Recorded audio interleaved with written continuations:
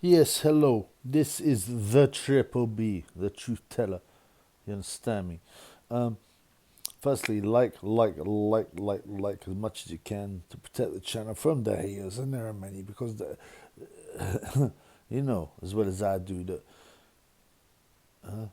there are people who are criminals, nefarious, who don't want the truth to come out. They don't want people to hear it. So like will protect the channel. Yeah, subscribe if you're new. Or at least do after you listen if you like it. Um, Now, I was just thinking about boxing, right? This is a boxing channel, okay? But as I said many times, boxing is a microcosm of the world and reflects the agenda, what's going on in the world, right? So bear that in mind. But this is essentially a boxing channel. Now, so, I mean, unless you're blind and deaf, huh? Metaphorically or physically, then you can't have helped but ignore what's going on in boxing.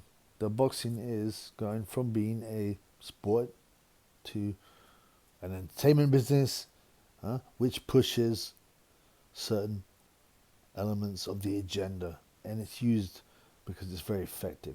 Also, it is used these big promotions as a form of money laundering. It's the easiest sport to money launder because it's largely unregulated. Huh?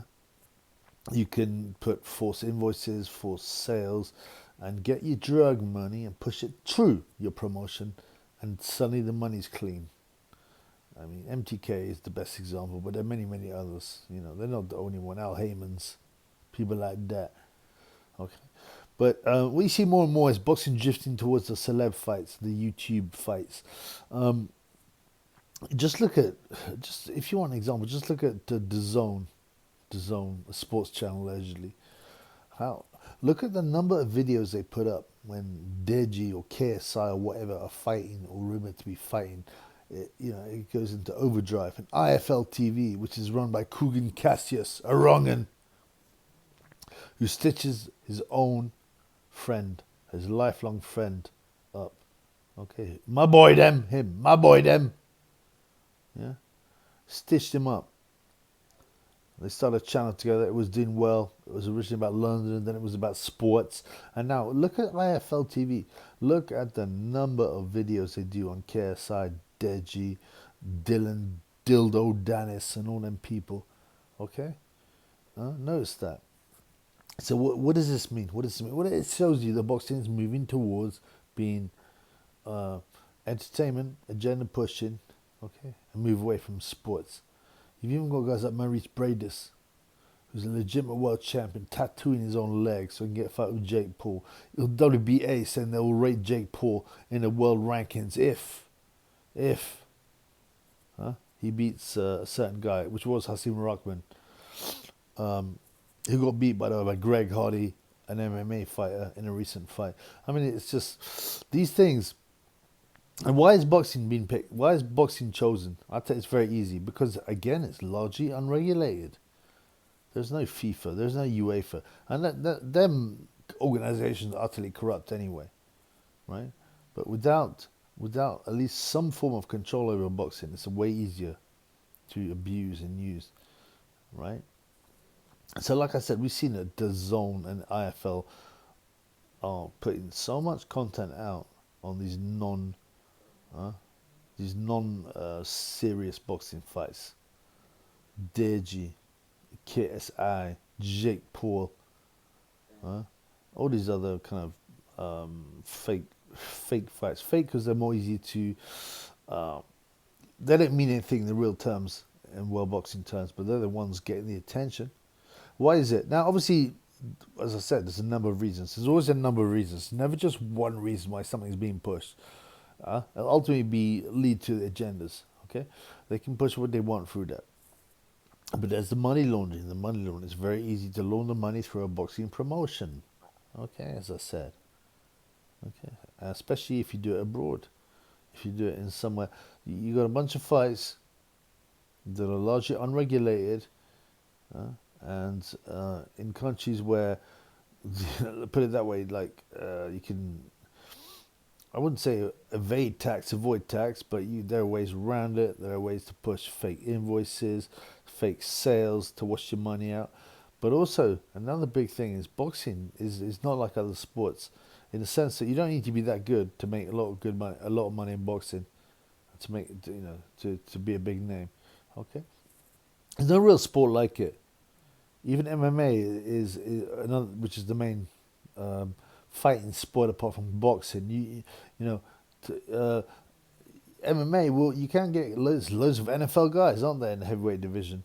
Ex NFL guys and guys in other sports, but you do need a modicum of serious knowledge about fighting on the floor. Whereas everyone knows boxing. Everyone knows how to throw a punch. What it's like to punch someone in the mouth. It's the simplest sport in the world. I'm not saying these guys aren't skilled.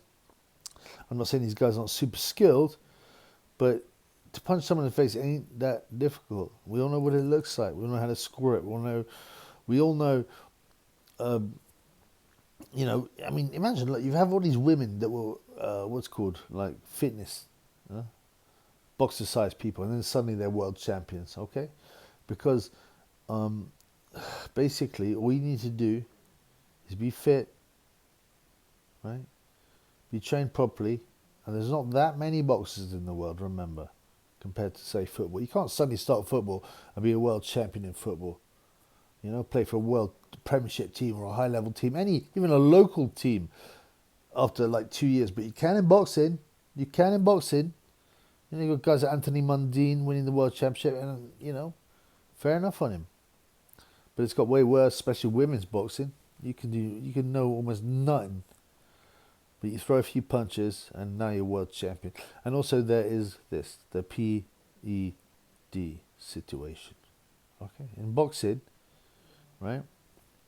The difference that PEDs make is probably more than any other sport. More than any other sport. If you take the right PEDs, suddenly you're explosive. You're punching hard. You can even take a punch better. Your stamina can be improved by, such a large level that it puts you way above guys that have trained all their life. Chuppy tried to do some D-ball for 3 months when he was aged. And the difference, I swear, I never know anything like it. The speed improved, the power. Yeah. This wasn't whilst Chuppy was competing. This was when he was a middle-aged man, and it's like being a youngster again. And so you get these guys, Deji and whoever, and you pump them through PEDs. You train them hard for a few years, and before you know it, they're actually quite decent. Because it's not like I said, it's not like football. It's not practiced by so many people around the world. I mean, to learn how to do all the skills in tennis and football and squash and lawn bowls takes years. But in boxing, it doesn't. It doesn't take that long to learn how to punch someone in the face. If you choose the right contest and you're pumped full of PEDs, suddenly you're punching really hard. You're fast. You're going to take a shot. This is why boxing is being targeted to push agendas and to money launder, because it's so easy to make a nobody into a fighter who can make a lot of money. Look at Jake Paul. I believe Jake Paul can punch hard. I believe if you walked into an amateur gym, they'd be like, nice. But he's pumped full of PEDs. Don't think that for a minute. And yeah, he's trained hard for a few years, but all he's done is fight non-boxers. Having said that, I still believe he beat a lot of boxers. Okay, like Tommy Fiore, and another one who was brought up to be a boxer but kind of failed. He just didn't quite make it, despite his huge long arms and his muscles. But you could build a boxer who hasn't boxed before out of nothing and make him fairly famous, make him very famous, in fact, and make him achieve at some level, whereas you could not do that with other sports. Why? As I said, because of PEDs. Okay, PEDs, because very few people box. How many people do you know who's never played football? Hardly any. How many people do you know who boxed? Not a lot, unless you're involved in boxing. You get me? And it's a lot easier to rig. You got two guys. So any people you only got to buy one guy, and what'll happen, what you want to happen will happen. That's it, man. Yeah, and that's before you get to professional stuff like, rigging the ref, rigging the judges. It's the easiest sport of them all to rig. And because of that rigging, you can push what you want to push. You can launder your money. Your guy can suddenly become a big name. Jake Paul is probably the most well-known boxer in the world. Think about that. I mean, really. You might think, nah, come on, man. But think about all the people who he knows, who he's influenced in the non-boxing world, who now know him as a boxer. And he's a boxer now. Okay? But imagine, like, you can't get no one to take up boxing 3 years ago and then suddenly they're playing for England, Argentina, or even like San Marino. None of these countries. They don't have a chance, man. Okay? So, what's the future for boxing? Well, it will continue this way. Like I said, I felt DAZN are pushing this endlessly. They put more videos out on this than normal boxing. And this is the future of boxing. Celebrity fights, YouTube fights. They will start to buy it so much that you will get guys like Jake Paul winning the world title. Trust me. That'll happen. And you got all these organizations. Yeah, there's 4 organizations at every weight that say they got a world champion. And it's more than that, because then WA got the super champion, the interim champion, all this kind of stuff. And then you got the IBO, you got all these other WBU you used to have, claim to have world champions. You can do what you want, blood. You have the Triple B world champion. You get the Triple B boxing board of control. They've got enough money. People are going to sign up to the Triple B boxing organization. And you know what? This is the future. The sport is dead. The sport as a sport is dead. It was always rigged. It was always corrupt. But now it's way worse than ever. You know what I'm saying?